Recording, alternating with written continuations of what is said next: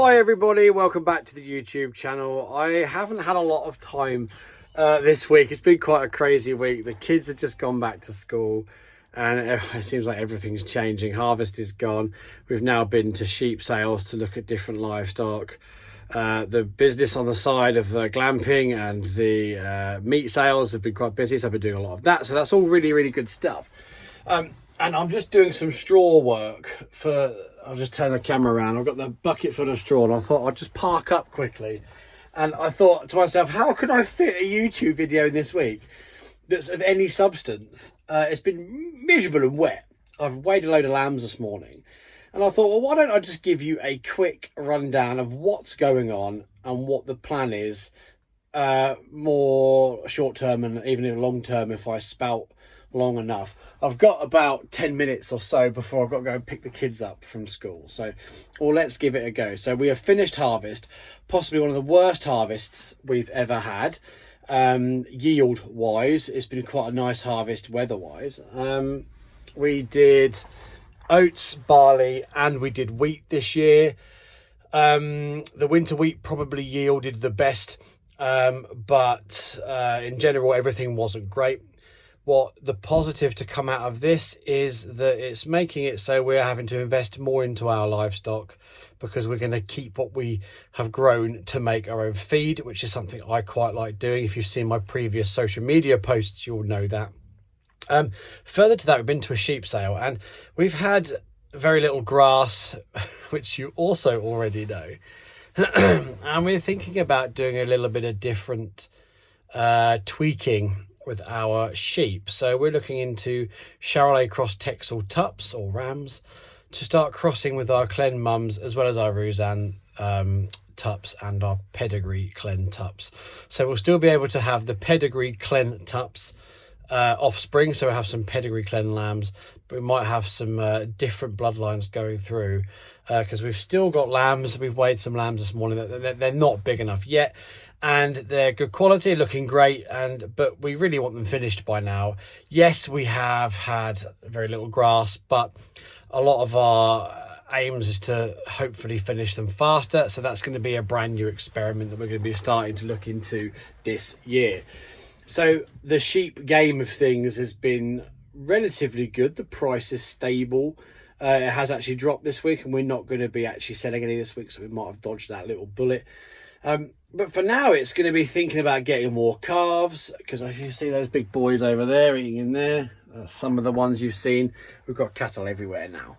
But we're looking to try to make sure we've always got cattle finishing in different increments to make sure we've always got that cash flow coming out of the farm. So that's another reason we're keeping so much for feed, because cattle eat a lot more than pretty much anything else does. So we're looking into then weaning the lambs this week. So once we've weaned the lambs, we'll be able to see what we've got, maybe even keep some in and start giving them some hay and some hard feed, because the fields just aren't doing much for them, and the grass is not really going to come back now, not this time of year. Even if it was warm, you might do a bit, but we want these lambs to be finished and to a high standard, because that's what we have to do. So the reason I'm doing straw today is that a lot of what we're feeding contains all the nutrition that the animals need, so different minerals and proteins.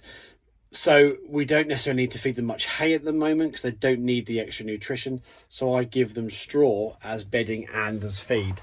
And do you know what? Goats and sheep and cattle to eat adore straw.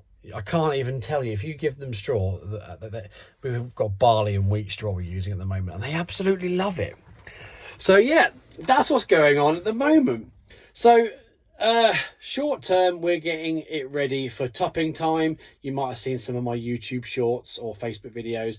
So we've got turnips to put them onto in the winter, so we've got a few months for those to grow, and hopefully they'll be lifesavers. Excuse me. So yeah, that's pretty cool. So yeah, I'd say really now our focus is getting everything in tip-top shape, ready to put the tups in with the ewes to make it so we get a brilliant lambing season. But it's not going to come without its high costs this year. I think the input cost job's going to be pretty high, and you know, we're going to have to really invest in the flock literally in their feed, to make sure it's all going to work, because the grass isn't there. It might come good, we might get lucky, but you've got to have it in the back of your mind that you might have to supplement them more than you were previously going to other years. Other years we've put you straight out onto grass that we've saved, and it's been lovely. We call that flushing, as you might refer to previous episodes. And to release the eggs in the body, it's like a real good thing for them. We're gonna struggle to do flushing from the fields this year. Flushing might have to come in the form of feed or barley or both, or that kind of thing. So yeah, that's the next stage. And then we're getting some new tups. Hopefully my family are out having a look at some today. I've already seen a lot of them, and we've all decided what ones we want, but I'm just doing the bits and bobs on the farm today, and they're going to go and get them, and it'll be me that goes and collects them, but I think they're going to pick them, and we all trust each other's judgment. So yeah, I think that'd be a really good addition to our bloodline and our genetics for our sheep, which I'm really excited about. So calves, we're looking into getting some to feed on our cereal, so it'll be grain-fed beef. It will be possibly even some a bit different pure Friesians, which would castrate, and we'll do them as good quality beef. We have an outlet that want that kind of thing, so we are very lucky to have a local butcher that will pretty much take whatever we rear because of the quality we rear. We've got a really good relationship that goes for our lambs and our goats as well. Our goats are slower than the lambs. We've had a bad year this year for coccidiosis, so they've gone backwards slightly. I've had to give them some treatment, but the goats are coming through, so we're going to have quite a few goats ready for market. Suddenly I realised that someone's trying to get through behind me, and I was blocking it in, and I had to just go, and that's why I lost my focus. And I'm now collecting the kids from school. So what I might do is, after I've collected the kids from school and everyone's happy, I might see if I can do a bit of a doing the straw montage, strap the phone to the tractor somehow and get some cool footage. I don't know, hopefully that sounds quite cool, but I'll get the kids back. It's my son's first day at secondary school as well, so I'm going to see how he is first, and then go get the afternoon round.